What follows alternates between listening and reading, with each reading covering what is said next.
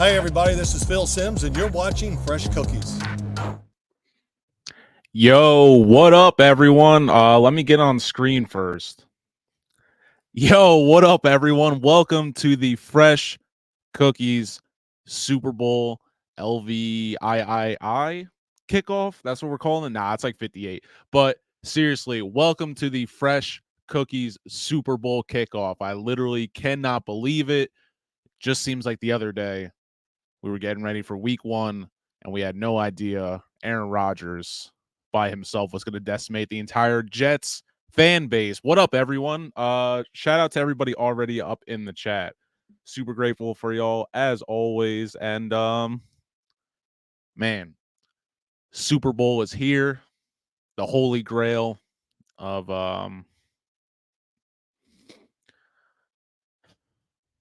I'd say American holidays, right up there with the 4th of July.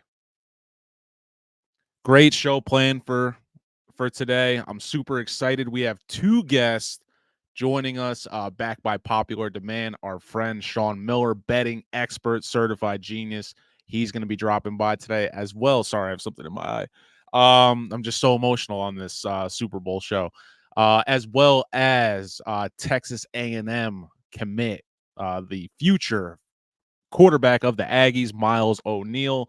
He's also a Patriots fan, so don't miss that. Gonna be some great banter. And listen, we have a great show planned today. And like I said, we already got the chat rolling. Fresh Cookies, East Coast Los, always showing love, as well as Lizzie P. Shout out my beautiful sister. I'm sure we'll be Skyping and Zooming or something throughout the Super Bowl. But as always, miss you. It's always a better big game when you're here, but you'll be here in spirit. So, like I said, great show planned for today. We got a lot to go over. All right, we got predictions. We have some betting stuff to take care of. We'll lean on our expert Sean for that.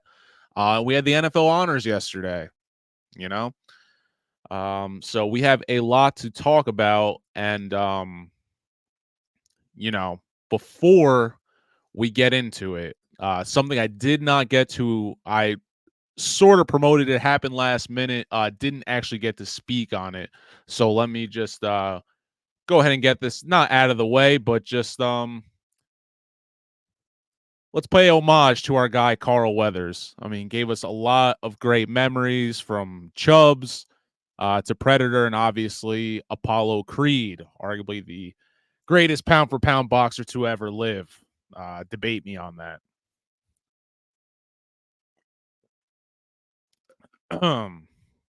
Father, grandfather, played for the Oakland Raiders, California guy. Won't be another one like him. So shout out to Carl Weathers. You'll definitely be missed, and you had a great and big impact on my childhood for sure. So salute to you, Mr. Weathers, and you were great in The Mandalorian as well. So yeah,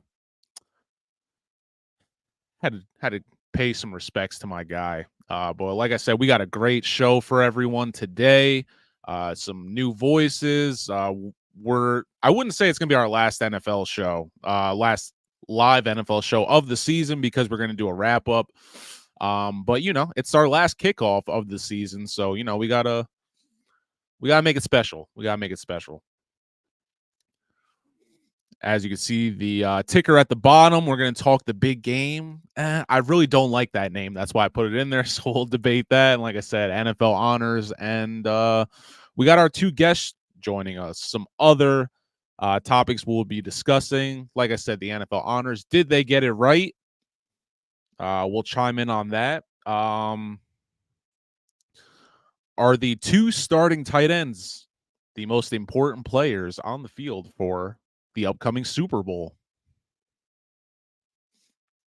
The Chiefs get home field again. Is there more scandal within the grounds crew for the Super Bowl favoring the Kansas City Chiefs? We'll talk about that. And Super Bowl party survival tips. your petty do's and don'ts for your upcoming Super Bowl party if it's your first time attending. But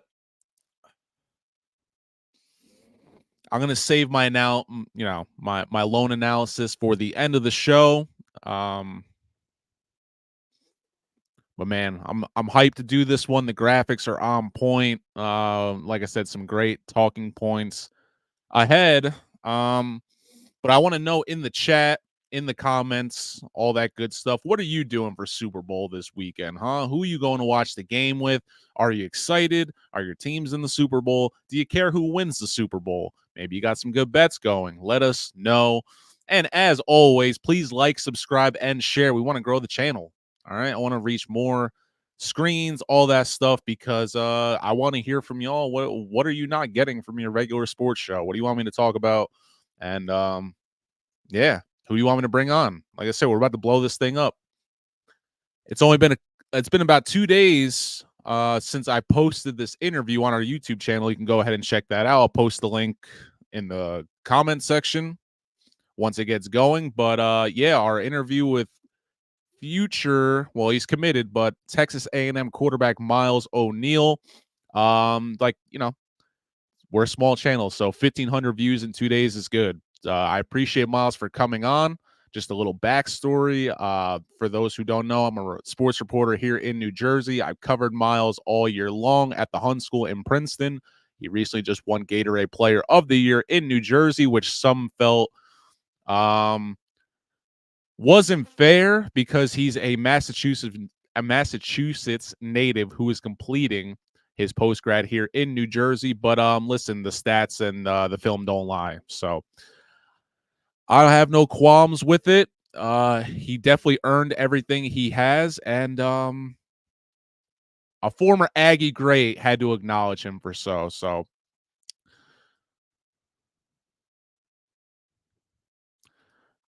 Hey, appreciate you taking care of business and supporting at the same damn time. So without further ado,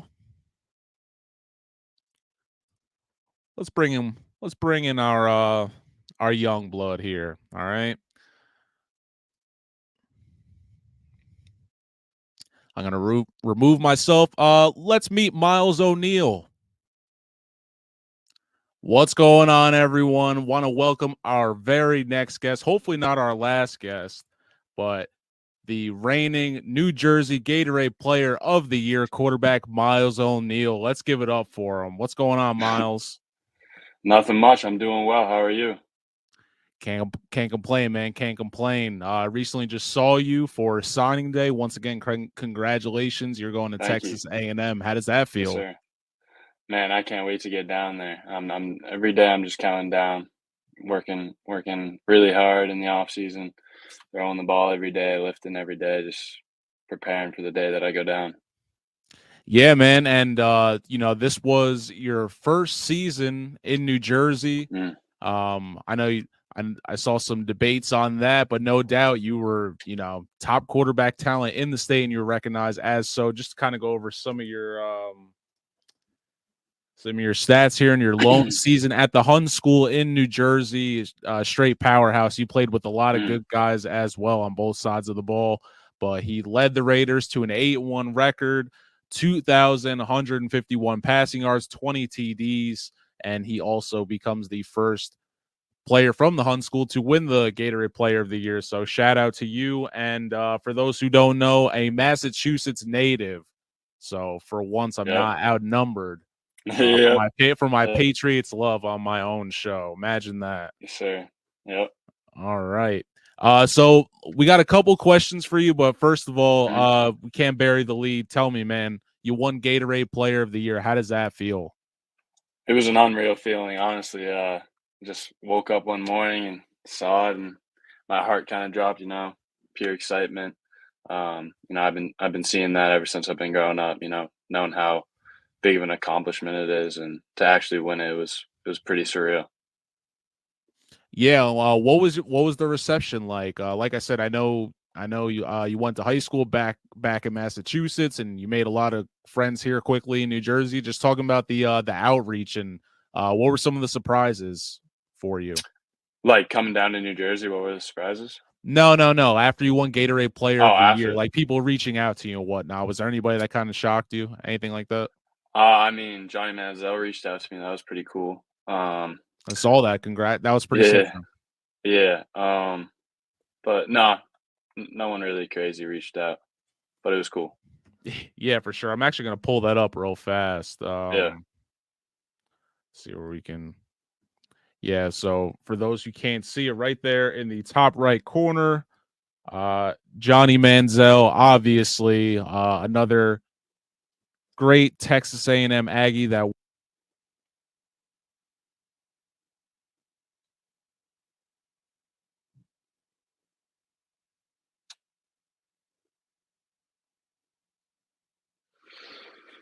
Did you lose me for a sec?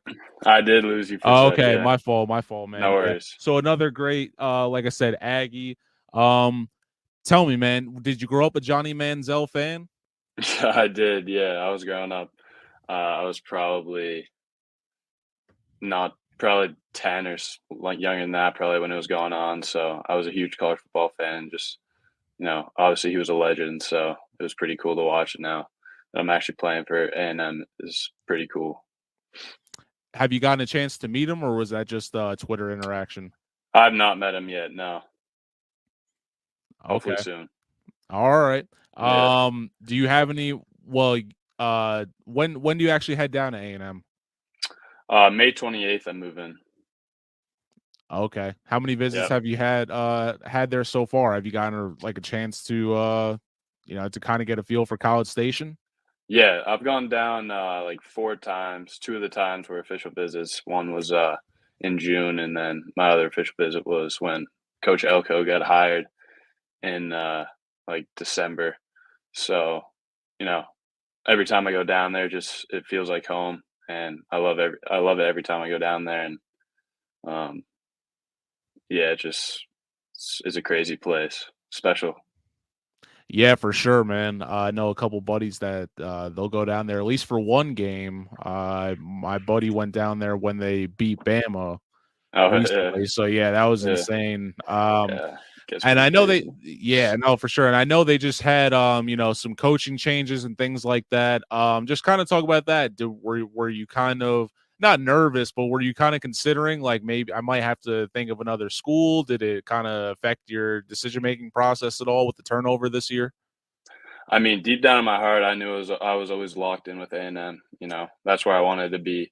But when Coach Fisher got fired, I was told by the offensive coordinator to, you know, explore my options because you never know what's going to happen. So I definitely explored my options a little bit. But when Coach Elko got hired, I was very excited with that hire. Talked to him right away, and I knew I was back locked in with A&M. So nothing too crazy.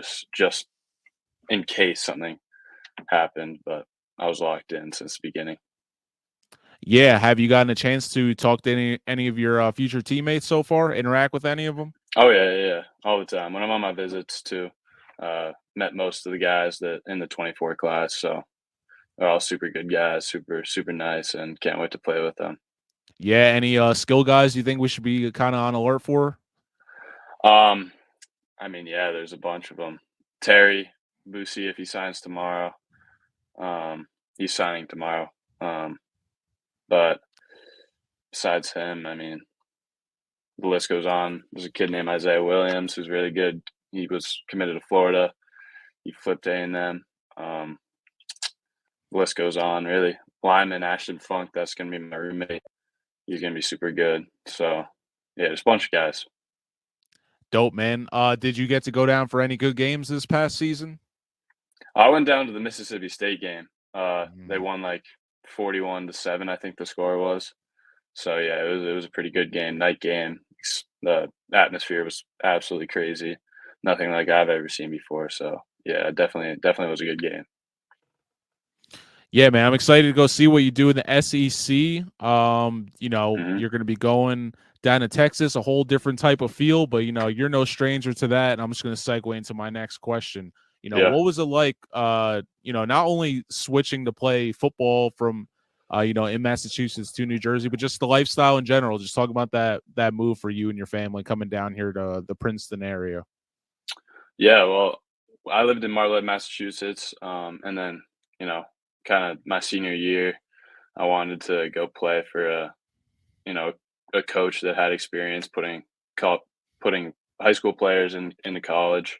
So I chose the Hun school, and I knew that meant moving away from home. I knew that was going to be a little tough for me because I've never lived away from home, but the transition was super easy. Honestly, it was much easier than I expected. Everyone here was just really welcoming, supporting, and it was just way easier than I expected. And yeah, couldn't have been a better year for me. Best decision I've made in my life this far. Yeah, for sure. And shout out to Coach Smith. I mean, he's Mm. got so many guys at the next level, and you Yep. you don't even know that they're all from the same school. Oh yeah. But Yeah. what's something that kind of caught you off guard moving to New Jersey? Whether that be maybe food or people, what's something that kind of caught you by surprise living here? The people are super nice, honestly. I kind of heard some bad things about the people, whether or not they're gonna be nice, but yeah, no, they're all just super good guys. Um, yeah. That's awesome. That's awesome, Mhm. man. I was back in Massachusetts this past December, and my buddy, Oh yeah. my buddy of mine, he went. It was his first Uh-huh. time, so Yeah. he didn't know what to expect, but he had a great time. Yeah. I told him, man, I'm like, it's the sports city. It's awesome. It's awesome. Yeah.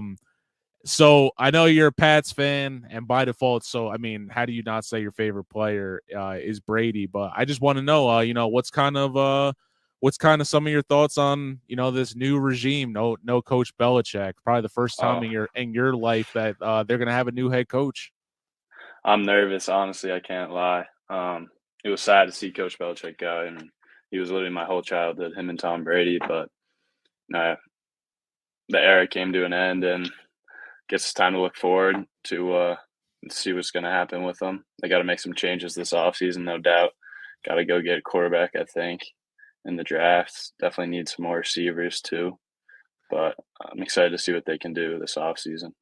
Yeah, you think it's more beneficial for them to draft a rookie quarterback or go after a vet and kind of draft maybe a Harrison Jr. if the I'm cards. definitely not opposed to go getting Marvin Harrison and trying to sign Justin Fields maybe if the Bears take a quarterback, but no, definitely not opposed to taking Marvin Harrison. I think he's a special talent. So Yeah, for sure. Now, in terms of what they did this year, I know like they had Mac and then Zappy. What type thing? What do you think? The situation kind of was there. What do you think they handled it right or? yeah, I mean, I don't think the coaches had much else to do. I think they probably made the best decision they could.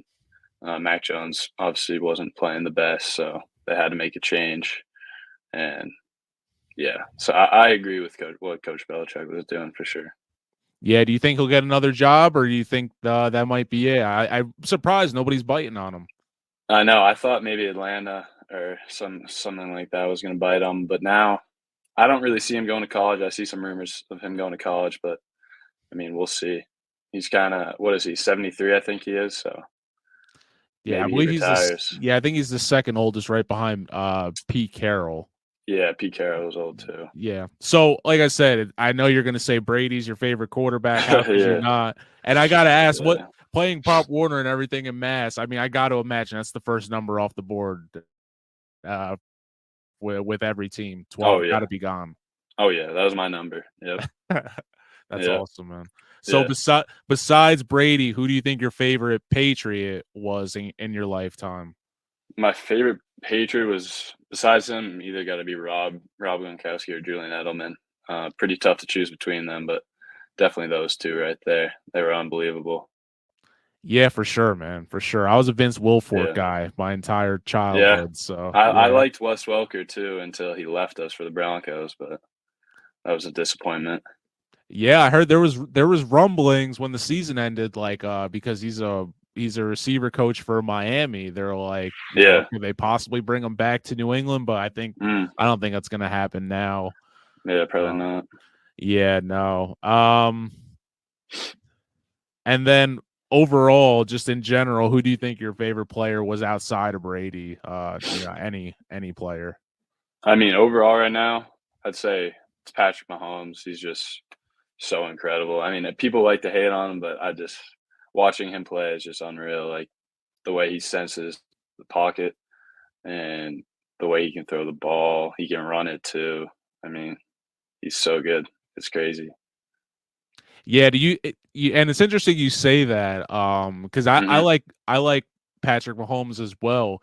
It's always everything else around him that makes it. There's Yeah. so much. It's either his brother's Yeah. doing something, his dad, and then Yeah. the Travis Kelsey.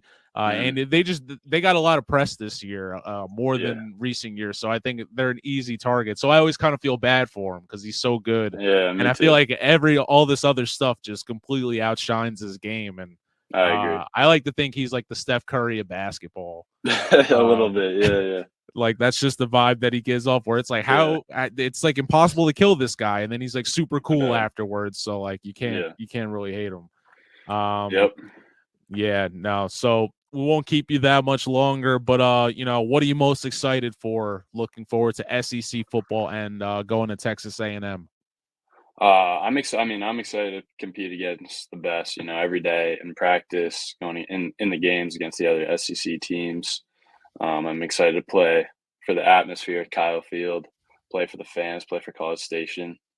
Um, you know, I'm overall just excited to go to college too. Hell And yeah, man. play the sport that I love to do most. So can't wait for it. Yeah, and everything's so much different now too. No doubt. Yeah. What year were you born in? 2005. Jeez, man, Yeah. you didn't even see the Red Sox break the curse. That was a whole No, I thing. did not. That's Yep, awesome. But you saw a bunch of other World Series that I did. Yankee fans did. A lot of them still haven't seen. But you know, with the transfer portal thing, it's really tough now. It's Mhm. so easy to transfer and stuff, and there's talks, it kind of kills tradition and stuff. So I feel like the institution you chose, tradition Yeah, is so big. So no doubt. hopefully, we get to see you have an illustrious career there, and Yes, sir. you know what I'm saying? We just want to see you Yes, sir. ball out. So Yes, sir. before you go, I Mhm. already kind of get a sense where you're gonna go with this, but Mhm. I gotta ask, where are you going with this Super Bowl? What do you think? And do you think it's gonna be close? In my opinion, I've been saying this the whole playoffs. You can't bet against Patrick Mahomes. That's what I always tell my dad. My dad picks the other team. I'm like, can't bet against Patrick Mahomes, Dad. I'm telling you, and he pulls it out every time. So I'm going with Patrick Mahomes for sure, and I think it will probably be a good game. Yep.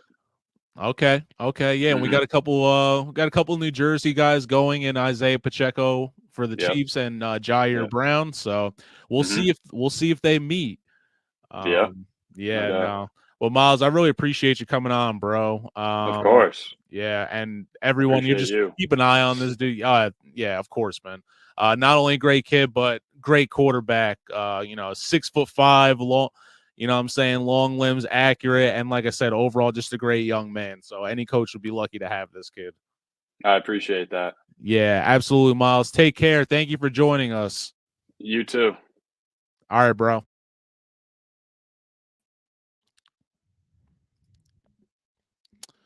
Well, there you have it. Miles O'Neill, give it up for our young blood, holding his own on here. Shout out to Miles, and like I said, a great young man. Can't wait to see what he does in the SEC, and I hope he stays at A&M.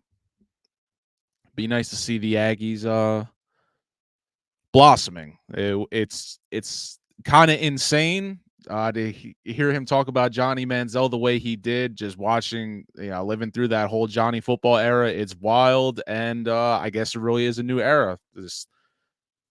He wears number 2. It's a crazy thing to see, but um, Miles getting some positive feedback here, as he should be. Team Usher, can't lie. I think Usher's going to do his thing at the Super Bowl this year. I'm excited. So yes, that was our first special guest, Miles O'Neill. Let's give him a round of applause. Shout out to you, Bobby. I'll tell you when I've had enough. Yes. So you see Miles going with Patrick Mahomes, flashing back to that Patriots game I went to in December, seeing these kids rocking Patriots stuff with Patrick Mahomes jersey makes my stomach turn. But like I said, it's a new era, and I guess Patrick Mahomes is he's the Brady right now. That's who everybody wants to be. So, all right. So we still have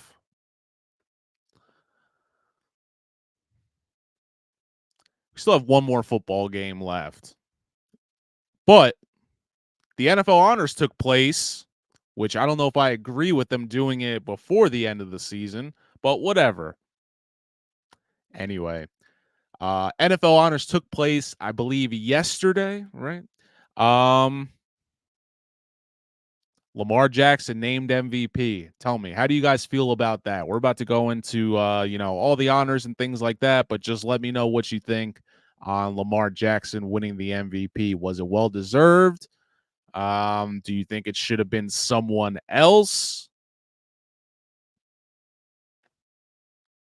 Or was just the season just such a toss up that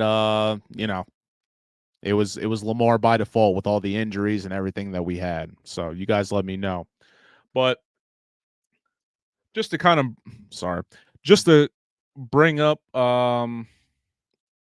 recap, we'll jump to ESPN real fast.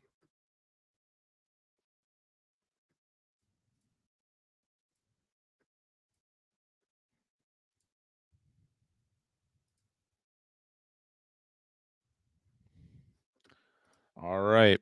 So there you have it. Lamar Jackson winning MVP. Christian McCaffrey, the offensive player of the year. Myles Garrett, our defensive player of the year. And then the rookies of the year, both from Houston. All right, CJ Stroud, arguably the best Ohio State Buckeyes quarterback to ever enter in the league. That's one season, so we'll see how it goes. And then Will Anderson Jr. Shout out to D'Amico Ryans. To be honest with you, no, I'm not mad at this pick with Kevin Stefanski because the Browns, man, makes me think of Varsity Blues. You are the damn dumbest smart kid I know. I mean, the Browns, they had such a good team. They were just riddled with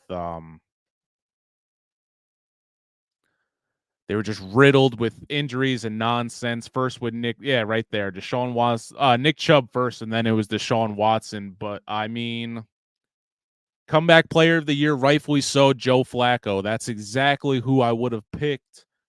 No shot against DeMar Hamlin. I think he should have got like a perseverance award, something like that, not a comeback player of the year. Listen, man, that's reserved for some elite company. When Adrian Peterson won it after tearing his ACL, I mean, shit. I think I got up and clapped, and I was like 12. But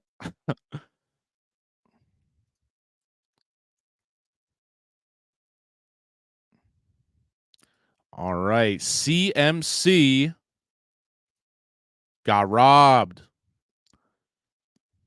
Listen, you get no complaints. You get no complaints out of me with that one. Christian McCaffrey still standing. And I wonder at what point or whose voice is going to say it that it's actually going to take precedent. Is this just a quarterback award, or are we actually going to reward other great generational talent players? Not to say that Christian McCaffrey hasn't earned it in years past, but if you weren't going to give it to him this year, when are you going to give it to him?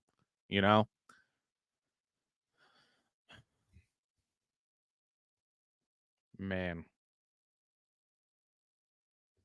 just to kind of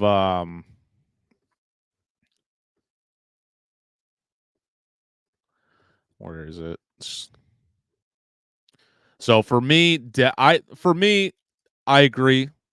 I agree with East Coast Los. I think it should have been Christian McCaffrey. No slight against Lamar. I just think they should have switched those two.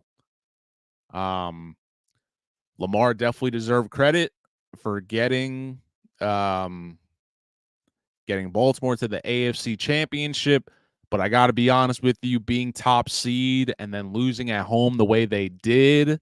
And I know he can't do everything himself. I mean, Dan, he got his pass deflected, caught the shit, and still ran. So literally can't ask him to do any more. But yeah, MVP. I just don't think that was the right call there. I really do wish they would have gave it to Christian McCaffrey. And I would hate to cause controversy over the man of the year, but I thought my man Deion Dawkins was going to get it. Shout out to Rahway, New Jersey, captain for the Buffalo Bills. He was my neighbor when I briefly attended Temple University. So shout out to my bro Deion. Hopefully we can get him on the show one of these days. Maybe in the off season. I'm going to go pay his Rahway Indians a visit actually later on today. So shout out to Deion.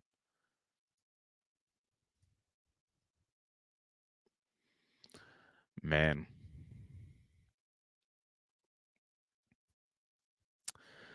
I hope you guys got all your Super Bowl party supplies going because the store's about to be bare. We're gonna get into our interview with Sean Miller, our fan favorite, is gonna stop by in a little bit. But it just came to me yesterday. And I want to ask you guys, what is your favorite Super Bowl dish? What's the must-have? What's the must-have for you guys, huh? Is it nachos? Is it chicken wings? Is it sliders? Is it Philly cheesesteak egg rolls? There's probably so many things I'm forgetting. Pigs in a blanket. I feel like nobody ever makes pigs in a blanket like that for football. It's more of a holiday party or Douvre. But let's normalize more pigs in a blanket at the football.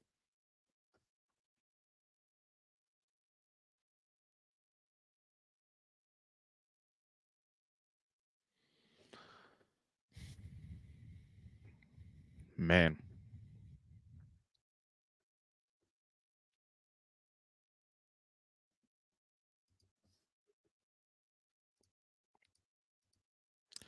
Before we have Sean stop by, he's too funny. I guess we don't have any choice. We're gonna have to bring on Sean. He's already being requested. East Coast Lows, chicken wings and steak. It's the steak master right here. Hit him up. Any cut. Make it good. And then Lizzie P, the best answer you could possibly give. Anything mom makes. It's true. All right. It's true. She's a whiz. Doesn't matter. Puerto Rican food, Jewish food, Italian food. She gets it done. All right. She gets it done. Talk about a six woman of the year winner right there. Mom always coming off the bench with some heat. All right. And because we love to spoil you guys, we are going to bring on our very next guest, host and owner of the Capital Sports Network, betting extraordinaire, certified genius, former college baseball player at Columbia University, one of my good friends in the sports media world, Mr. Sean Miller. Let's see what. All right, and I want to welcome back our new fan favorite, Sean Miller. Sean, what's going on, bro? How's it going? It's going good, man. Back by popular demand, one episode, and the people already wanting more Sean Miller. Yeah, that was a cool episode. I was thinking about it afterwards, because it flew by. I mean, it was 2 hours, but we're just talking about all different stuff. I enjoy talking about sports and music and TV and whatever, betting and everything. So I never mind talking about all that stuff. Yeah, no, for sure, man. And listen, I love to dive into different stuff. My one friend, it's funny that you said Mr. Robot, and he doesn't tune in all the time, but he did. So for him to hear you say that like made his year. I was like, Yeah, yeah, I'm a big time Mr. Robot guy. It's funny because I've written some. You do a lot of betting stuff, but every once in a while they'll have me do some stories like I did the top 6 or 7 records from my high school years from like 88 to 92, and then same thing from college. And it was on, I forget what it was on, one of these music things, and people went no Metallica, like Ultimate Metallica picked it up, and I was like all over Ultimate Metallica. I got all these new fans, and I was like, it was crazy. So you just never know, man. Some of these shows go off on different tangents, and you pick up new fans. Yeah, no, man, and we already have a little bit of history doing the March Madness, so I mean it was great. We haven't done one of those in a while, and like you said, flew by 2 hours. I kind of had to put a cap on it because we had a little bit more to talk about today, and I do want to get into today because this is our Super Bowl show, our last live NFL show of the season. Monday it'll reset itself, but Sean, I know it's a little bittersweet end that the football season is coming to a close, and I know you've watched a lot of football along with myself. Tell me, you think these are the 2 best teams still standing? I was talking about this today with my buddy Mark Eckel. I think you could probably make the case that the Bills are probably, as good as the 49ers here. I mean, it's interesting because the 49ers struggled in both their playoff games. But they're clearly, I think they're the best team in the NFC. And the Chiefs, look, until somebody beats them, they're the king of the AFC. I mean, it doesn't really matter the regular season now. It's almost to the point where it's probably before your time, but when the Rockets won the NBA title, the 1 year. I think it was the year of the OJ chase when they beat the Knicks. 2 years, right? Didn't they? They won it back to back. They did. The second year, they were like the 6th seed. They just didn't care in the regular season, and like they weren't like the Bulls or these other. They just didn't really care. And then they got to the playoffs and just went crazy. They couldn't beat them. So like, I just think sometimes with these teams, home field is big, obviously, but. With some of these elite quarterbacks, Patrick Mahomes, I just don't think the regular season means as much now. Like you just, the year they got blown out in the Super Bowl by the Bucks and Brady, Brady was the 5 seed, but Kansas City was just so banged up by the time they got to the Super Bowl, they couldn't block anybody, and Tampa just blitzed, and Mahomes was running for his life the whole game. And you see this team now, and they're healthy. It's almost like you'd rather be healthy than with a better record. And I think both of these teams are relatively healthy now, which you don't really see in the NFL. I mean, all the main players are pretty much healthy. So I think that in itself, it means, they're probably the 2 best teams left. Yeah, no, and it's so interesting. Even when like I said, I went to a Patriots Chiefs game in Gillette back in December, and to see these little kids, they had like Chiefs stuff on. Their parents would have Patriots stuff on, but I talked to a couple of parents, and they're like, oh, like he loves Patrick Mahomes, and it's insane. It is now, man. That's how it is with like you see all these kids with Erling Haaland jerseys, and you're like, how the hell is City people wearing Manchester City jerseys, man? We were on top of the world 10 years ago. But like, I mean, these kids, Mahomes is like, he's base. Look, if he wins this Super Bowl, what's that, 3 already? I mean, he's probably, he's the new Tom Brady. I mean, and he's been an AFC title game every year he's been in the league.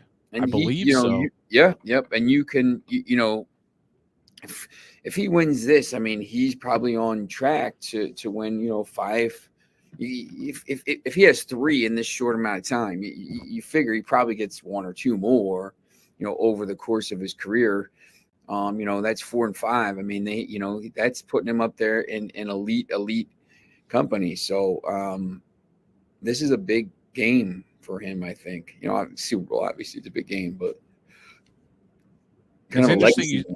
Yeah, no, it's interesting you say that because I feel like there's less pressure on the Chiefs in this one. I feel like Kyle Shanahan has more pressure on him to get this one done. And to kind of just piggyback off what you were saying, do you think Patrick Mahomes can win a Super Bowl without Andy Reid? Because, I mean, Andy looks like this is one of the first seasons I've really seen Andy Reid kind of look older. Like, it's like the season kind of took a toll on him.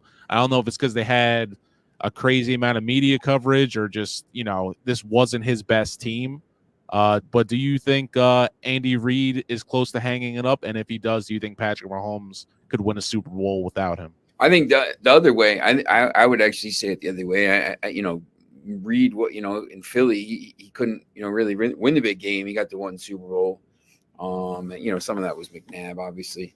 But, I think Mahomes probably could. I don't know. I mean, I don't know how much longer Reid does it. I mean, I guess Kelsey's going to retire. But, you can find someone. I think you can kind of replace him a lot more easily than you can some of these other players. So, I would think Reid probably stays a couple more years here while Mahomes is right in his prime. I think if Reid retired tomorrow, I think Mahomes would be all right. Okay.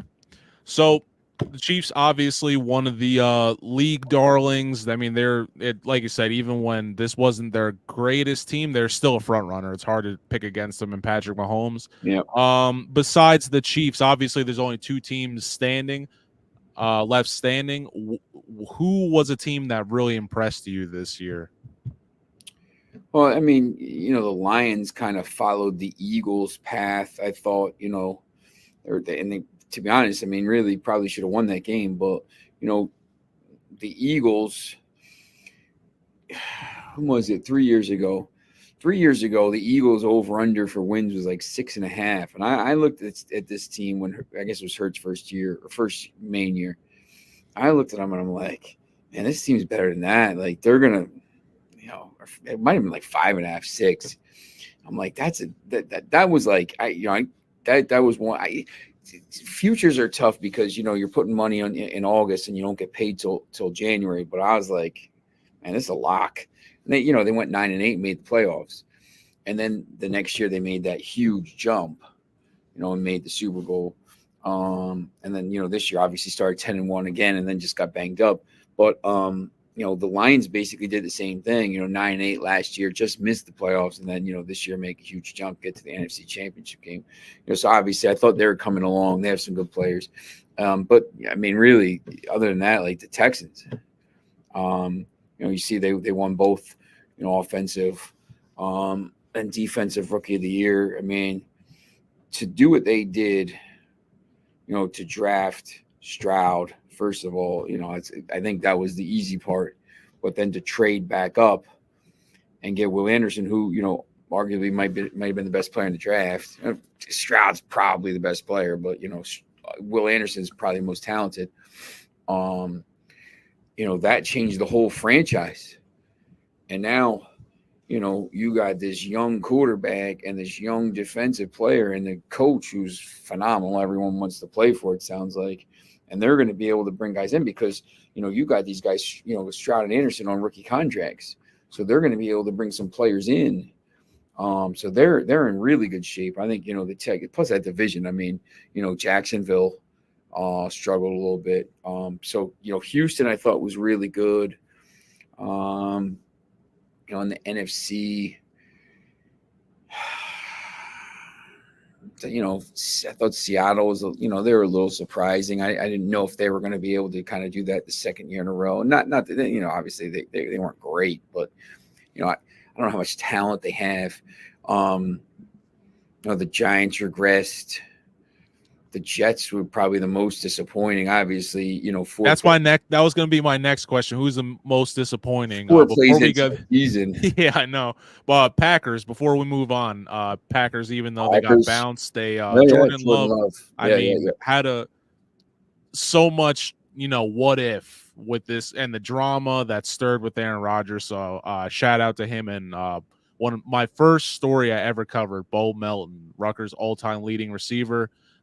It was looking like it didn't work out for him. Went to Seattle, then he was on the practice squad for the Packers and earned himself a contract. So, shout out to Bo. So yeah, we'll go right into it. Most disappointing team, and you start off with the Jets. I mean, it's got to be kind of like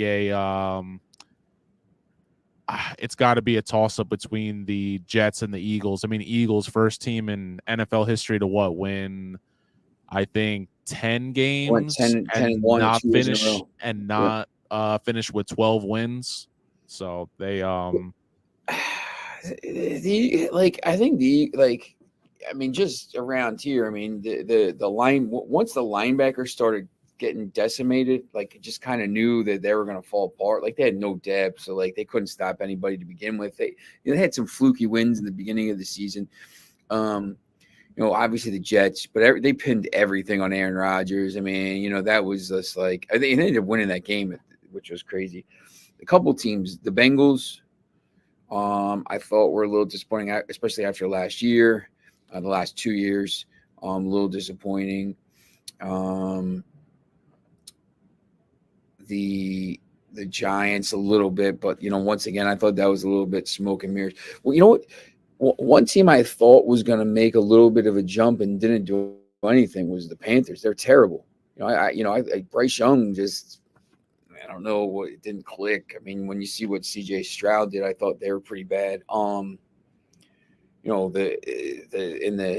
AFC, I mean, the main, and Brandon Staley's gone now, so there's no more excuses, but the Chargers were terrible.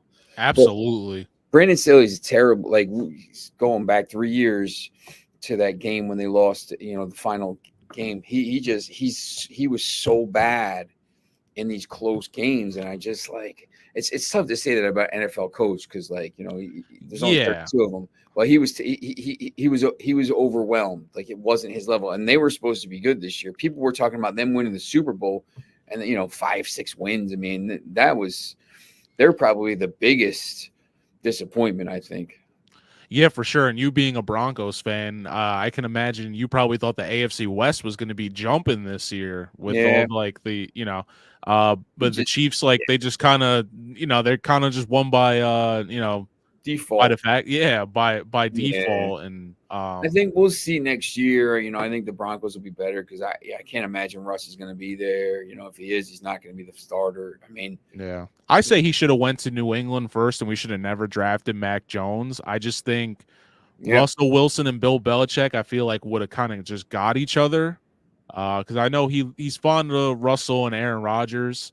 Obviously, we weren't getting Aaron Rodgers, but the Chargers. I totally agree with you. And actually, I've been saying this. For them to let go of a guy like Anthony Lynn, I thought Anthony Lynn was a great head coach.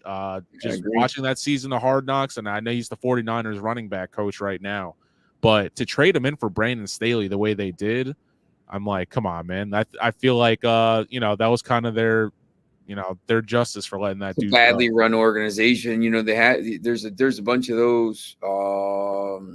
Washington. I mean, the team top to bottom, talking about the Chargers, just like stacked, like stacked, like you literally have to mess it up really, really bad for it to not work. Yep. And they just kept them. Yep. But we don't want to be too long today. Tell me, you don't have to give me every single one, but just off the top of your head, something you've been looking at.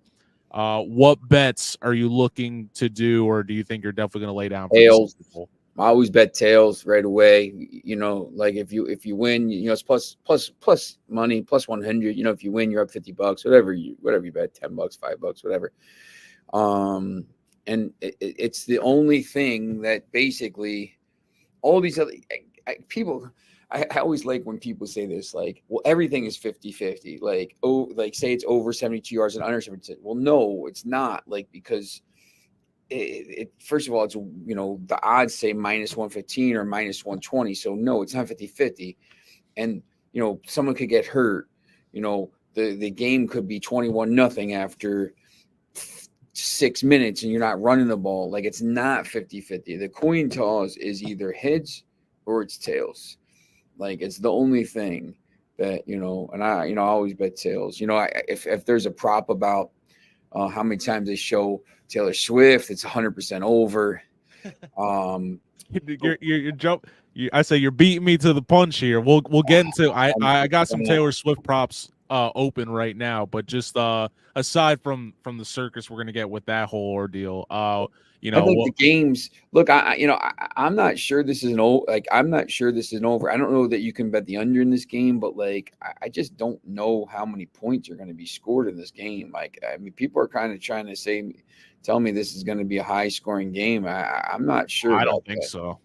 I just, I watched that defense. Both defenses, man. That's the thing. Like, 49ers, they're stacked. But like I said, against the Packers and some other teams, they just, and you never know what kind of Brock Purdy you're gonna get either. I saw the one that I really like. Let me pull this up. There's one about the total number on the uniform touchdowns, like over 102 or under. I got it right here. I like that. Yeah, it was just weird to me. Like, jersey specials, combined touchdown score jersey numbers, over 121, -150, under 121, +125. Well, listen, if a wide receiver catches a touchdown pass, Kelsey's 87, so if two wide receivers catch it, unless it's Debo, we're over. So, if you think there's going to be, obviously, if you think it's going to be a high scoring game, I mean, that's a lock to be an over. I do like the over there. But when you start looking at some of these other plays, like, Mahomes touchdown passes and some of these other touchdowns, I just don't know. I just think there's a better chance it's like 21-17 or 20-17 or like 24-20 than it is like 35-31 or 42-35. I just think there's a better chance it's a lower scoring game with some field goals and stuff like that. They take some points. And, in a game like that, maybe, Mahomes isn't throwing 3 touchdown passes. Maybe Pacheco gets a run, I think Mahomes was over. I saw, Mahomes throw over 2 touchdowns. Well, if it's 24-17 and Pacheco gets 1, no, he's not getting it. So, those are tough. And what people don't realize with those bets too is, you're betting on him to throw 3 touchdowns. I mean, when you see the 2+, it's a little deceiving because, yeah, you're really counting on dude to throw 3 touchdowns. And I'll be honest with you, he's the greatest right now. Not a great Super Bowl quarterback though. The Super Bowls he's played in have not. They've definitely not been lit up offensively. That's why, if you do, I think if Kelsey scores a couple, if Kelsey has the game like he had in the championship game with all the circus around, if he has 7 catches for 120 yards and 2 touchdowns or something like that, he's getting the MVP. It might not be, unless Mahomes throws for 400, but it might not be him. So, and Kelsey's at like +1,100, +1,200, +1,400 some books. So, Mahomes is +140. So, maybe take a chance. Maybe take a chance on a defensive player. If you think the 49ers are going to win, maybe take a chance on the linebacker. I think there's some better value. Yeah, for sure. And first touchdown scorer is always interesting for me. Just so hard to predict, but when it hits, oh man, I remember I hit Patrick Mahomes scoring the first touchdown in the Super Bowl a couple of years back, and that was a good That was a nice, easy 150. But let's look at some of these Taylor Swift props presented by DraftKings. I'm not a huge Taylor Swift aficionado. Maybe you are. Just some of this I not just know she's really. hot. That is subjective. But I just want to know, what is Travis Kelce to score an octopus? What is going on here? I don't even know, man. I thought they would have some bets with her, like how many times they were going to show her. That's what I'm saying. Like when I read, it's very deceiving because when I clicked on this, that's what I thought it was going to be. Like, is she going to wear? Is she going to perform at halftime? Nah, I think she's going to just watch Usher, man. She's going to be getting off the flight from Japan. Who wants to do all that? She's getting off the flight the night before, like. No, I think it's that afternoon. Like I thought it was the day. I thought it was tomorrow because she goes across the date line. From what I read, she's landing on Saturday because she leaves Saturday night there, and because she's going this way across the date line, she's actually going against time. So she lands on Saturday afternoon. So she'll have plenty of time, supposedly. So, you know. I know it's trying to get other people in. It's just tough, man, because it's just, you know, I laugh a little bit about like how many times they're going to show her because they're going to show her a million times. But like, you know, that's stuff that could be like easily fixed. I'm not saying sports is fixed, but like if they don't want to show it, like if they, you know, maybe they don't show her 6 times in the line 7 or something like. You know, the heads or tails is just heads or tails. You know what I'm saying? Like, it almost goes back to how you can bet on WWE now, where I'm like, bro, I don't watch as much now because I just don't think the talent and like the product is really what it was even like 5 years ago. But like now that I see that WWE is like entered into the sports book, I'm like, how can you bet that? Just the other thing is that the Super Bowl is like. It's like St. Patrick's Day, like a little bit. Like it's almost like amateur hour, like St. Patrick's. Like I never go out on St. Patrick's Day. I never go out the night before Thanksgiving. I never like New Year's Eve because all the amateurs are out drinking and driving and all that stuff. Like I'd rather just stay home. Like a lot of these bets are like sucker bets. They're trying to get you to like. There's 8,000 bets or it's just something crazy. There's 500 something bets, right? So like you're throwing $10 here, $20 here. All of a sudden you're throwing all this money around. And even if you took, say, like, I bet the Chiefs when the line was, I bet them at plus 130 or something like that. But it's before the NFC Championship game was even done. So you if that's what you like, it's almost, and then the Chiefs win, and then you know, say you have 100 on that, you win 130 or whatever. And then you throw like $20 here, $20 here, $20 here. Now all of a sudden, like you pick the game right, and it's just like thing. And then you like throw half your profit away on these like stupid or a super long 13-leg parlay where like you hit like 7 of it, and like you gotta know it's not gonna like hit. I have a 5-team parlay right now, or it maybe a 4-team. So I didn't even realize it. 3 of the games were last weekend for soccer, and one was I didn't know it was this week. So it's sitting there, and it was like $40, and if it wins, it pays like $360. So I hit a bunch of parlays usually with soccer. So the cash out's $200, and I'm thinking like all week I'm like, should I cash out? Should I cash out and then just put another bet in because you know it's whatever. But like if this team is like -2 something, and if 250, I think -250, and if they win, you gotta get 350. So I just let it ride. But like. You know, they put these like same game parlays in, and they're like, and you see them as soon as you open the app. You're like, oh, all these people. Traps. Every once in a while, I'll do one, and every once in a while, you know, I'll put it in, and I'll like, I don't even care. Like, I'll put it in $20, and I won't even look, and I'll wake up in the morning, and it's like $400 in there. I'm like, all right, cool. But like, it's all if you're betting, like I always just tell people, you know, just. Like there's another game there's 1,000 basketball games on Monday. There's 1,000 soccer games on Monday. There's baseball's coming, whatever.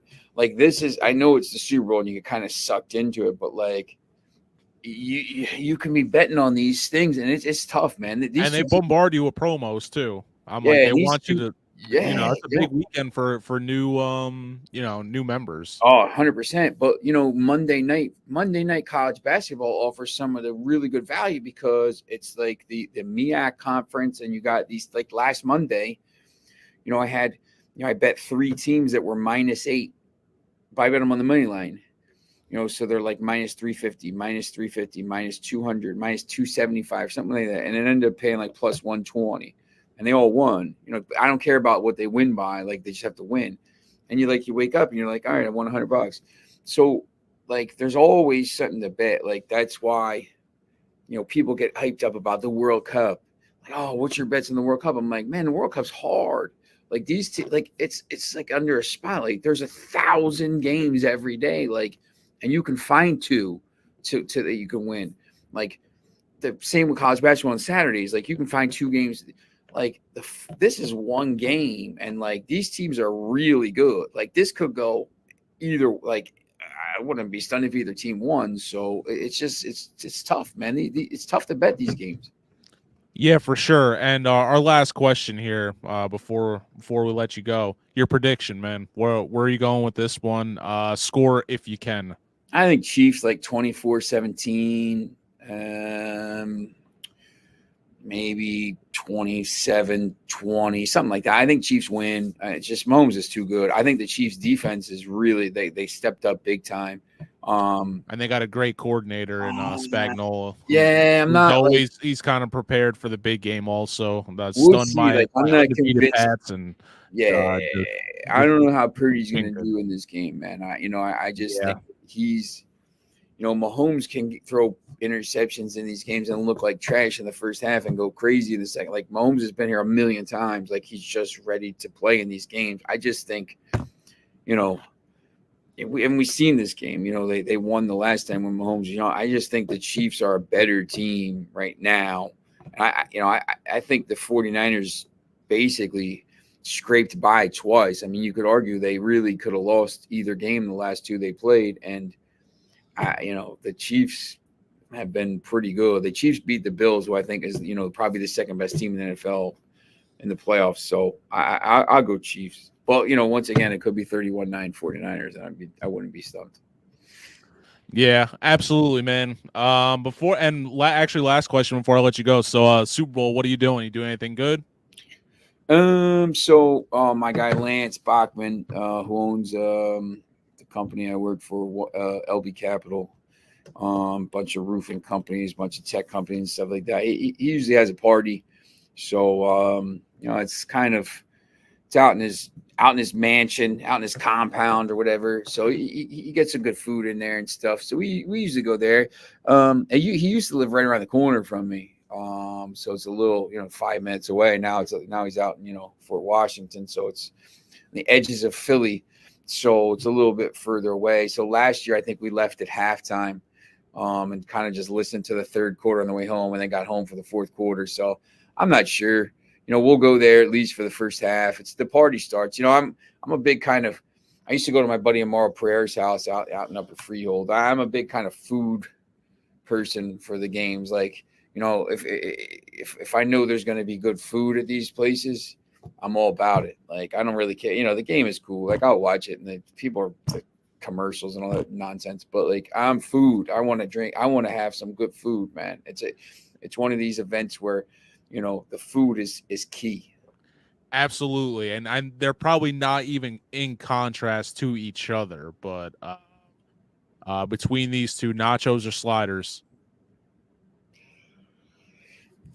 You know what? We make some pretty good nachos here with Wagyu beef, mix of Wagyu and Kobe beef. So those nice, fancy.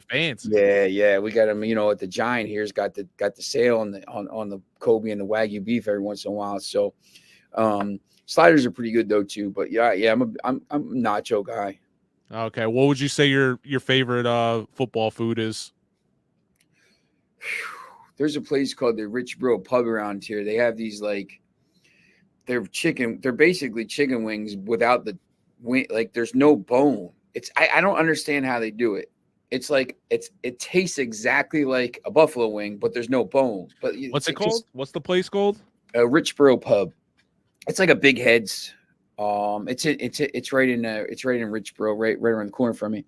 And they have this. It's like a Big Heads place. So there's a bunch of Big Heads around. So they make these. They're called pub tenders. So when you hear tenders, you think they're like chicken tenders, like the breaded stuff, like the long ones, whatever. No, they're like this pub tenders with these.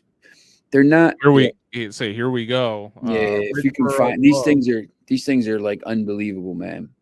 So they got it's in Richboro. There it is. So they have, it's these chunks of chicken with this like unbelievable sauce. Like it's just buffalo sauce and I guess blue cheese. I don't even know, but dude, they're so like we get these trays of them, and you'll sit there and it's like eating wings without having to worry about the bones. So if you go under the appetizers, let's see if they got. I don't think they have picks, but so you go to pub tenders at the top, like the pub fried chicken as well, right? So the pub sauce is just like it's hot sauce. There you go, first thing on the menu right there. Dude, they're unbelievable. Like I had them the first time. We were waiting for practice. Lance's wife was sick, so I had to pick the kids up from practice, and they're like, "Oh, just stop and get food." So we got a tray like this, family tray, and we're sitting back and eating them. And like we ate the whole tray. Like I couldn't believe, like they're like so good. Yeah, right there. There they are, right there, dude. It's like pieces of like I don't know how they do it. It's buffalo wings without the actual bones, like not tenders. It's actual this meat, but it's fried up. Oh my God, dude, they're so good. Like I love every once in a while I'll just get them. I'll just stop and get them. We'll just eat them for like lunch or something like this. But those are pretty good, man. So they might have those there at that thing. But when he has the Christmas party, he gets like lobster and crab and fillet and cater. It's pretty good, man. We eat, when we go down the shore at the summer with him, because he takes me down the shore because I tutor his kids as well. So, we every night, man, it's like lobster and crabs and fillet. It's ridiculous. Dang. Well, when I'm in Wildwood this summer, if you're down there again, I'm definitely hitting you guys up. We're definitely bringing you down, man. Yeah, for sure. Sean, thanks again, man, for popping on. As always, you guys just saw his information there. Go follow Sean on social media. He's on Instagram. He's on Twitter. You on anything else that we should know? You got a Twitch stream or something? Yeah, Twitch. I don't even know what it is, to be honest. I think it's something like it's either that or David Lightman. I'll get it for you for next time. I every once in a while we'll Twitch some of that stuff, and some people will follow, but I got to get more into that. But yeah, YouTube channel, Capital Sports Network. So we're doing a bunch of stuff with that in the future. That'll be we're going to be doing a bunch of stuff there. So yes, Capital Sports Network. Capital Sports Network on YouTube, and then on Twitter, and I think it's on Instagram as well. Yeah, if you go on there, you could actually catch Sean. He calls games for the Pennington School, which is a soccer powerhouse here in New Jersey. They're good at some other stuff, but soccer, boys and girls soccer, I mean, cream of the crop. National champions. Yeah, man. The girls should definitely have a World Cup player. I mean, Morgan Koch. Just look up the name. She's unbelievable, man. But she's a tough young lady. I can tell you that much, going to Nova. So shout out to her. That's right. Yep. All right, Sean. Appreciate you as always, man. Thank you. See you guys next time. Yes. Peace. All right. Thank you so much, Sean Miller, jumping in on short notice. Not really short notice because he knew he was coming back, but I thank Sean for just another great segment, and he's definitely going to be back on here. Like I said, is our last kickoff show, but doesn't mean we're stopping. All right, we're going to expand.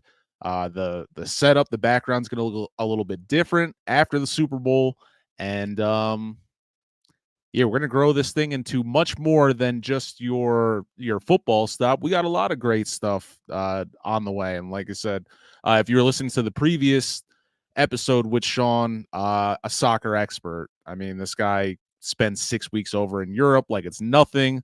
And I appreciate that fandom, and he always teaches me a little something more. And yeah, he got me wanting to go to a Premier League match. So maybe we have to hit up a Man U game, see what all the hype is about. Wow.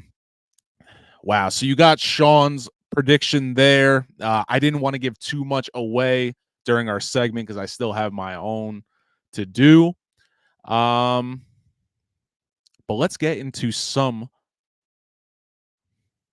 of these other Super Bowl headlines, and a question I've had written down for some time, just leading up to this game and just evaluating everything. Whoa, that's not right. Who did that?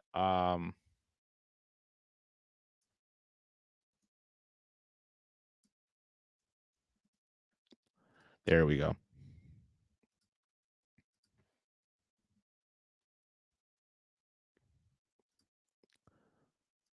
But what I've been kind of going back and forth with are the two tight ends the most important players on the field for the upcoming Super Bowl. It's really easy to take Patrick Mahomes. Obviously, he's the key for the Chiefs. But if you've been watching him, he really hasn't had a lot to work with. I mean, they're going to have to lean on Isaiah Pacheco. I believe he was hurt in the last game or just didn't get that much work. But Travis Kelce really he had his best performance in the last game versus the Ravens. And on the other side of the ball, we'll talk about George Kittle in a second, but when it comes to Kelce and playing in Las Vegas specifically, since Allegiant's been open since 2020, so I'm going to bring up our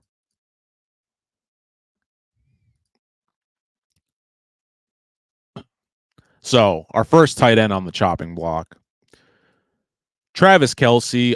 If you own a television, pretty hard not to see this guy. But just some stats for you, coming to you from the Fresh Cookies information desk. 6 games this year with 80 or more receiving yards. I was going to do 100, but let's face it, 100's pretty tough for a tight end in general, regardless if he might be the GOAT. So 6 games with 80 or more yards this year. The Chiefs are actually 4-2 in those games. Now, when it comes to playing at Allegiant, just looking at the past 4 seasons, Travis Kelce just 1 receiving touchdown in the Vegas Stadium. He's had 6 to 8 receptions in those 4 games. He's also had 3 90-plus yard receiving games in Vegas. And as mentioned, 80,000 commercials, and he's dating some girl you probably know. But Travis Kelce, you heard me just kind of say it. Patrick Mahomes is vital. He's important to the Chiefs. Is their everything. Is their lifeline. Right behind him, Andy Reid giving him. Now that kind of sparks an interesting debate. Is it more Patrick Mahomes or Andy Reid? Since y'all love to bring up this question about Belichick and Brady, will anybody have the courage to ask that after this Super Bowl? We'll see, but we'll get into that's a discussion for another show. But you got to believe it's Patrick Mahomes, then Andy Reid, and then Travis Kelce, man. I mean, super vital for this team. Like I said, had his I felt like he had his best game against Baltimore. But like, I say that that there's a lot of pressure on him. Listen, I don't want to take shots at Cardavious Tony. I always mess it. Cardavious Tony, whatever. The dude's just, he hasn't been that great for the Chiefs this year. Like I said, Isaiah Pacheco is a great hard runner. It's just like the health thing that kind of keeps him back. I think it's important for Travis Kelce to have a good game. I think that's really the only way the Chiefs are going to win this. I don't think it's going to be a very high-scoring game. Not saying their defense isn't good, but I do believe the Chiefs' success does start and end with Travis Kelce. And listen, we know he's their weapon, but he still gets open. So,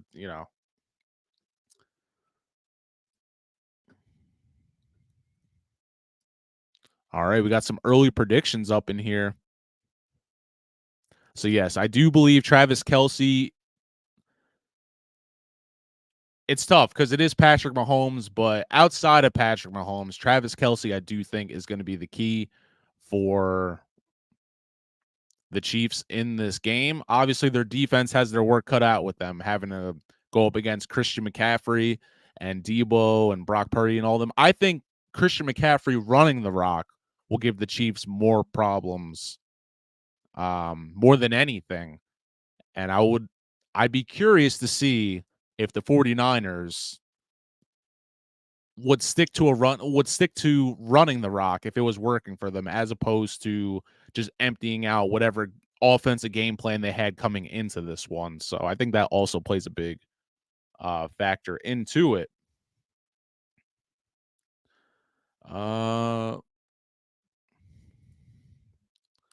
So East Coast Los taking Kansas City. Now on the other side of this question, like I said, are the two starting tight ends for both teams, the most important players in this upcoming Super Bowl. And let's welcome on. Come on down. Let's welcome in. Let's welcome in George Kittle. Listen, if you're a fantasy owner, you got to be asking yourself this. George Kittle, will you be there? Shout out to MJ. You're in our hearts always. I kind of want to watch Free Willy now. Brock Purdy hoping so as well. All right. Purdy, no knock against him, but he's really needed the whole roster to be at 100% to make this damn thing work. So, George Kittle, will you be there this year? I mean, for this game? Let's take it to the stats.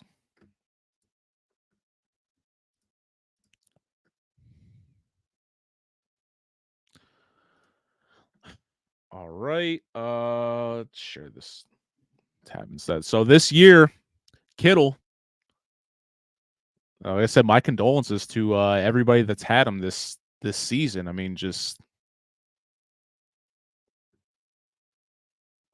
no apparent injuries. What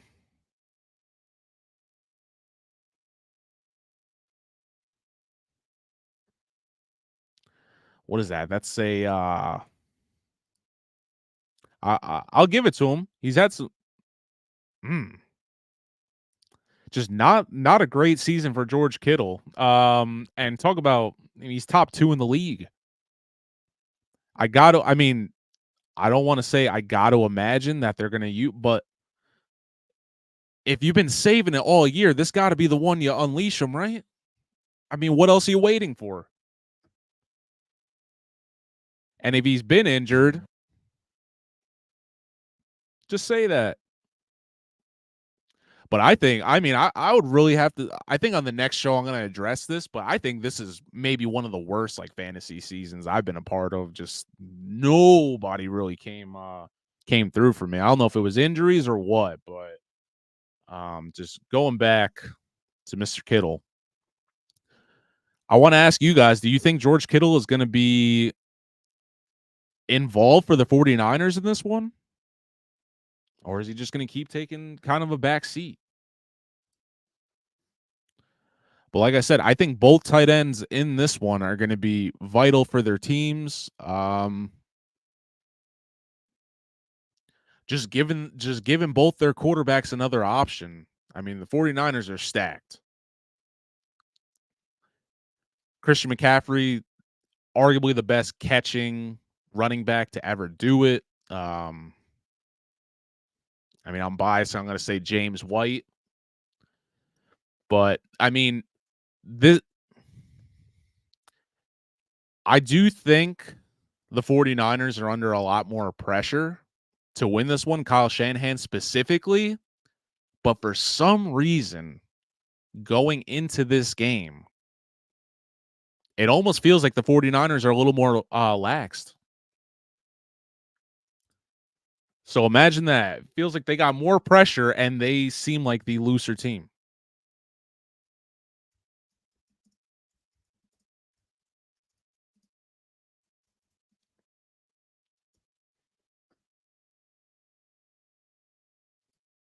And just something brief. I had heard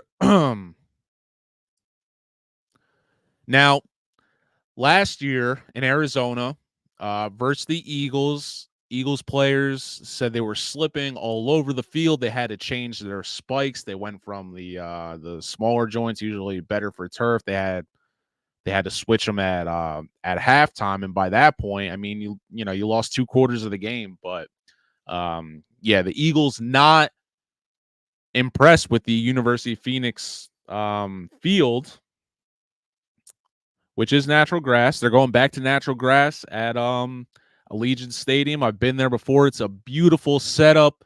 I mean, they call it the Death Star. All black seats except for the owner's suite where Mr. Davis would have sat, all white. Shout out to Mr. Davis for just revolutionizing this game of football, how people draft, attitudes, coaching personnel, things like that. I mean, I think he was the first owner to draft a quarterback from the HBCU. Just, he would be impressed. He would be impressed. But it's coming out that, and I don't know if maybe they're just get out of here, you. And I don't know if they're just being petty because of what was happening last year, but apparently, the Niners are getting a practice over at where the Raiders usually do, which is kind of outside the stadium. They have the Niners practicing at the UNLV. Shout out the Running Rebels facility, and apparently the combination is not that great. Players saying people saying there might have been plastic on the field. The AP reporting that that is not true. I had also heard that this was a turf field that they threw grass on top, which doesn't really benefit anyone because the grass has to be rooted. I don't know. I'm not a botanist, but even that sounds bad. Is this nothing, or is this something like serious that like was the how do I put this?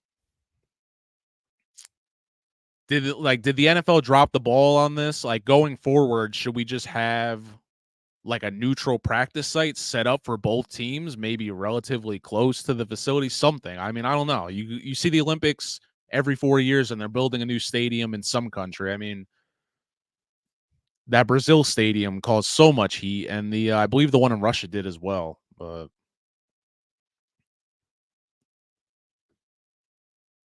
I don't know.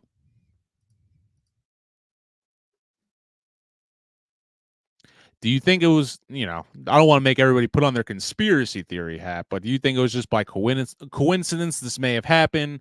Is this nothing? Or do you think the Chiefs are getting an unfair advantage?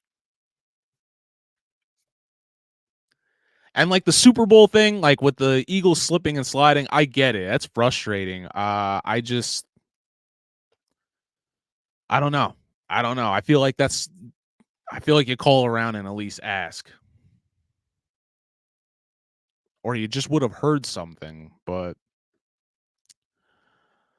all right, before we get into our picks, we're gonna lighten up the mood a little bit. Just thinking of some of these things, Super Bowl survival tips, and you guys, you chime in at any point.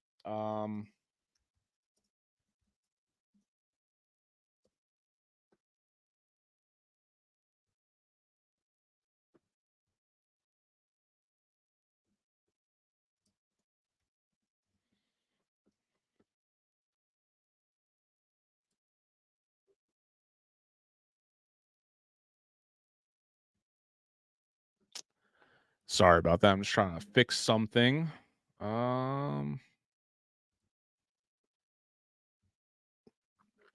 Yes, we're gonna go into our Super Bowl survival tips. Then we're gonna go. We're gonna talk a little bit more about Super Bowl food, and then we'll do our predictions. All right, and then we'll leave the rest up to you to just have a good time and be safe this weekend. All right, so starting with our first batch of Super Bowl survival tips.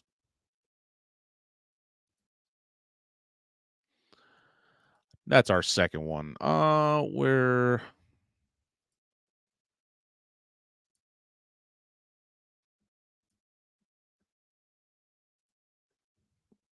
here we go. Sorry about that. So yes, our Super Bowl survival tips. Here we go. Starting with our first batch.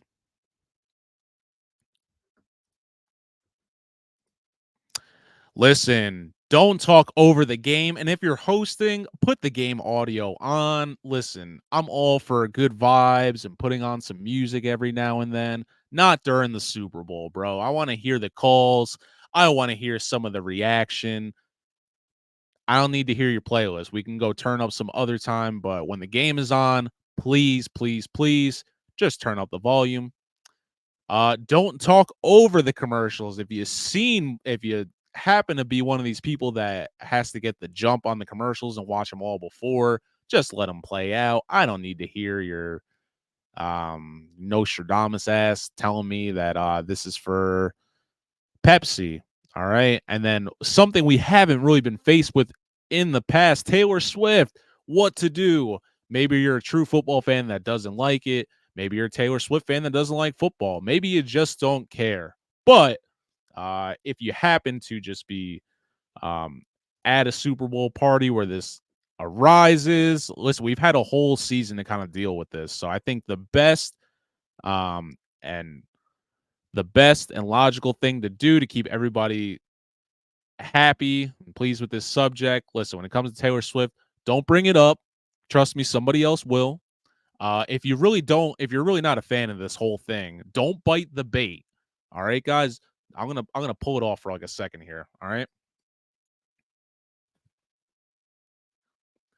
Don't bite the bait. They want you to be upset. Don't. Just let it happen. You're there to watch the Super Bowl. You're there to watch football. It's a great family game, all right? Don't bite the bait if you think someone's trying to get under your skin with this Taylor Swift talk.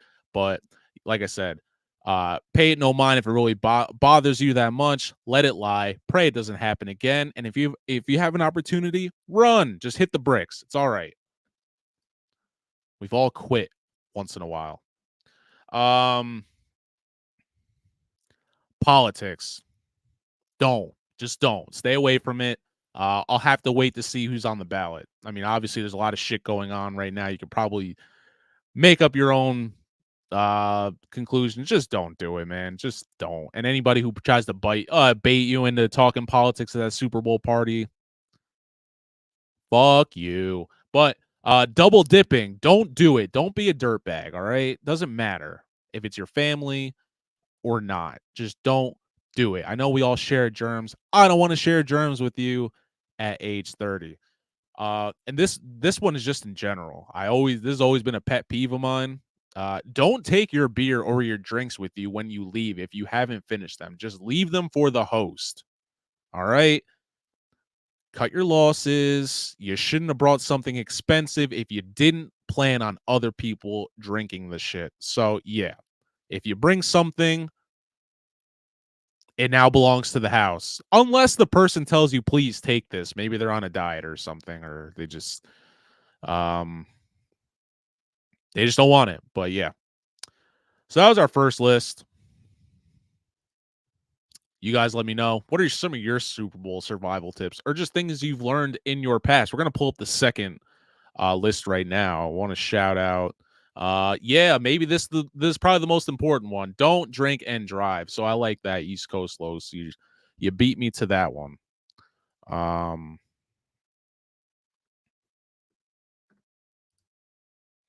Just don't drink and drive. It's tempting, but don't.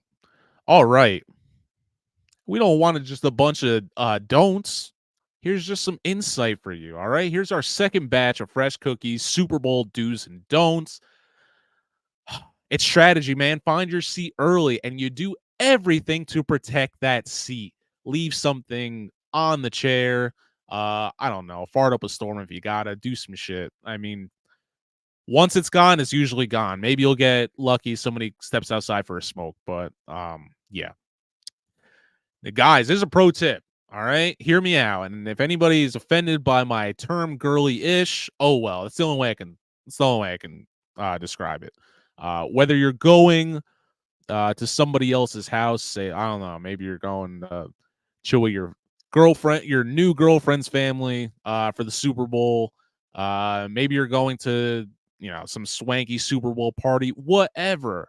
I would say as a dude, pro tip: bring some girly-ish. I don't know, I know it's gonna offend some people like White Claw and High Noons. Bring something like that, even a charcuterie board, whatever. It'll earn you points regardless. Even if you're a single guy, if you're dating someone, listen, bring some girly-ish. It'll benefit you. I know it's a Super Bowl, but you know, it's not just you there. So yeah, my pro tip to any of the dudes out there: bring some girly-ish. It'll earn you some points. Buy your dips early. This is one thing that I always screw myself over with. I mean, there's certain things that are going to be there close to the game. Beer, obviously, chips. When it comes to like nachos and salsas and stuff, yeah. But if you're going to try to get like a buffalo chicken dip or like one of them like layer dips, get that shit early because I feel like that's always the first thing to go. Situation. And fellas, I'm gonna take this off the screen for a second. Know your bathroom situation and your limits when it comes to eating. All right. If you know there's one bathroom, don't be loading up on taco dip. You know how that's gonna go. All right. This is first grade shit. I shouldn't be telling you this, but yes, know your bathroom situation, folks.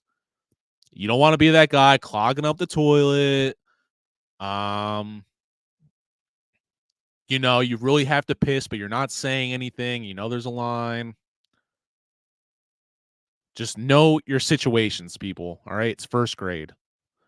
And aside from the don't drink and drive, I feel like this is a pro and important tip that you should do every single football game. Just have that phantom water bottle on you. All right. You got to rehydrate. Your body needs it. It's funny.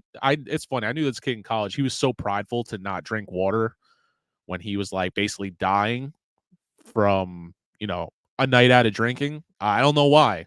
But it's all right, bro. Take that H2O. No one's gonna judge you. But yeah, keep that phantom water bottle on deck.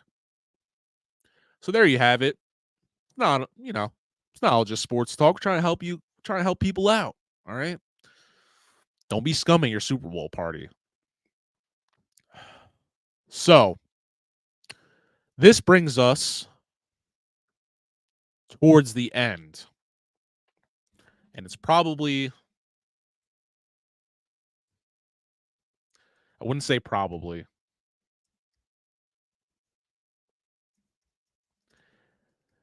It's basically,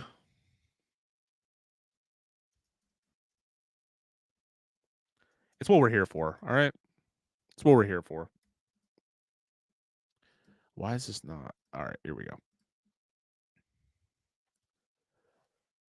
My Super Bowl prediction. Now, if you would have asked me at the beginning of the year, would these two teams be meeting in the Super Bowl? To be honest, I would have said maybe. There's a good chance. I definitely thought they were going to be one of the last four. I thought both of these teams would be part of the last four teams remaining. Kansas City, so my feelings towards them have been so up and down. Like I said, they're obviously getting a huge ton of press, but they're the defending champs and in line to be the next dynasty. So I have to show a little bit of respect. And as far as the 49ers go, so much going on there. Such a great talented and well put together team. And you might have seen on our thumbnail. I'm going to bring it up again. But all the way in the top right corner behind CMC, Jair Brown. Funny story. This kid was like one of my first interviews I ever did as a sports reporter from Trenton, one of the worst parts of Trenton. I remember I went to go give him an award. His mom was there when I was giving him the award.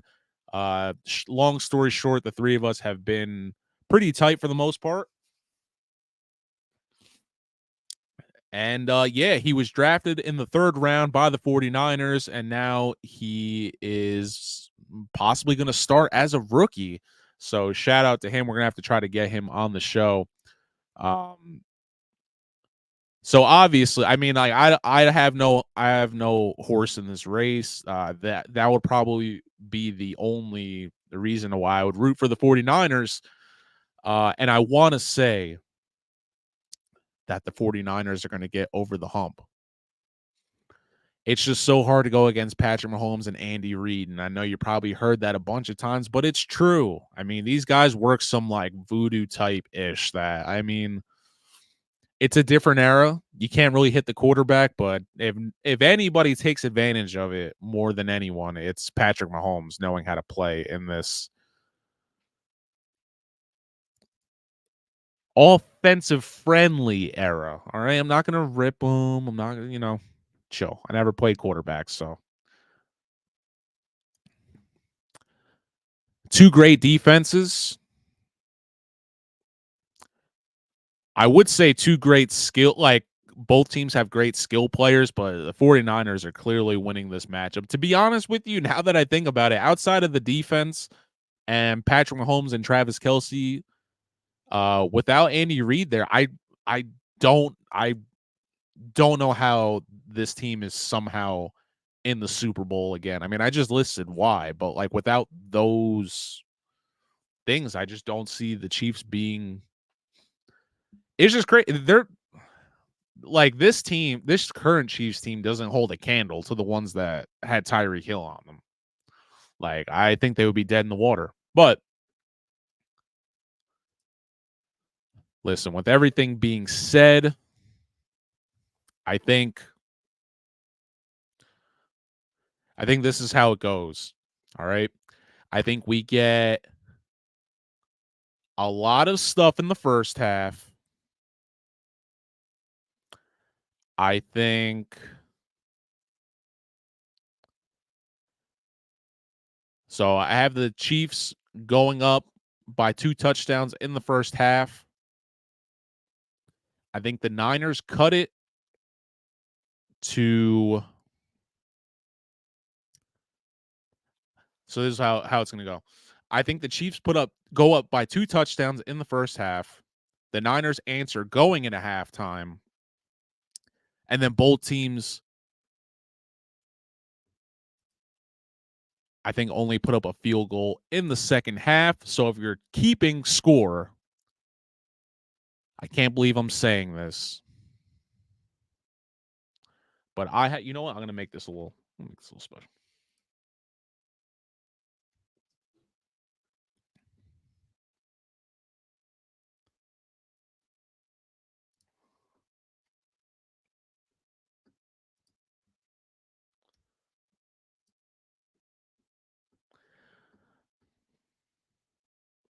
All right. So if you're keeping track at home, sorry about that. Math is hard.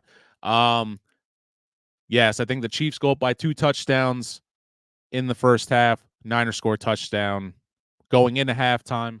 Then both teams kick a field goal in the second half. The fourth kind of lulls. So it's looking like the Kansas City Chiefs will be your Super Bowl champs.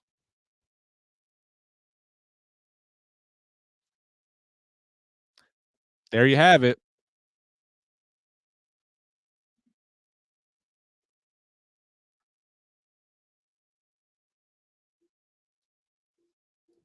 Jerks. Yeah, I'm seeing the Chiefs winning this one. Whether or not we want to see it or not, see it again or not. Kansas City Chiefs. All right. Your Super Bowl champions, Patrick Mahomes and Travis Kelce, put themselves both in an elite category, and I'm sure they will try to crown Andy Reid the GOAT coach once it's all said and done. Wow. Thank you guys so much for tuning in today. So much fun, not only with this show, but just the entire year. Thank you guys so much for supporting me. I know it sucks tuning in for a show that doesn't have the notoriety yet, but you know what? It's gonna get there, damn it. And I guarantee you by next Super Bowl, we're not even in the same bracket. So thank you so much. Whether you're a friend, family, fan that, or someone that follows my work, just thank you so much. Thank you for always interacting in the chat. Thank you for posting comments, giving feedback, all that stuff. And listen, we're not done. We're going to transition to more of an all sports show. We're going to clean up the look, everything. But just once again, thank you so much. These NFL Live kickoff shows have been just great. I look forward to doing them every week, and I look forward to bringing you more. So I want to thank all of our, both our guests today, Texas A&M quarterback Miles O'Neill. Go follow him. And the prodigal Sean Miller, certified genius, our betting expert, always brings a little more than just the the betting odds to the show. So I appreciate him for that. Yes, I'm thinking the Chiefs are going to get it done. But best of luck to the Niners. I wouldn't be mad to have my prediction be wrong. So let me know in the comments what you got going on this weekend. What are some of your predictions? What you liked about the show? Maybe what you didn't like about the show. But we value your input, so please let us know. All right, everybody, for the last time this NFL season, and we're going to recap the Super Bowl, but just in the NFL season, for the last time for our live kickoff show, I just want to say thank you. And remember, I'm Nery Rodriguez, and you already know it's fresh cookies. Peace.